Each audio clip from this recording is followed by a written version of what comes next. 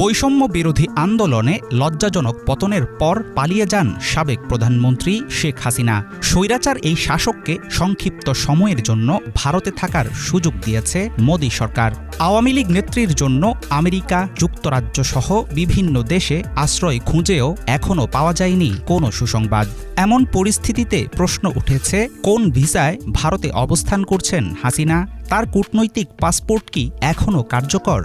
বিনা ভিসায় সেখানে কতদিন থাকতে পারবেন তিনি? বাংলাদেশ ছাড়ার পর থেকে দিল্লির একটি আধাসামরিক বাহিনীর সেফ হাউসে একসঙ্গে আছেন শেখ হাসিনা ও তার বোন শেখ রেহানা। ৫ আগস্টের অভ্যুত্থান পরবর্তী সময়ে তাদের অবস্থান ও কার্যক্রম সম্পর্কে কোনো কিছুই পরিষ্কার করেনি ভারত। এমনকি জানানো হয়নি শেখ হাসিনার ইমিগ্রেশন স্ট্যাটাস। দেশ পালানো এই নেত্রী কি কোনো বিশেষ ভিসা পেয়েছেন নাকি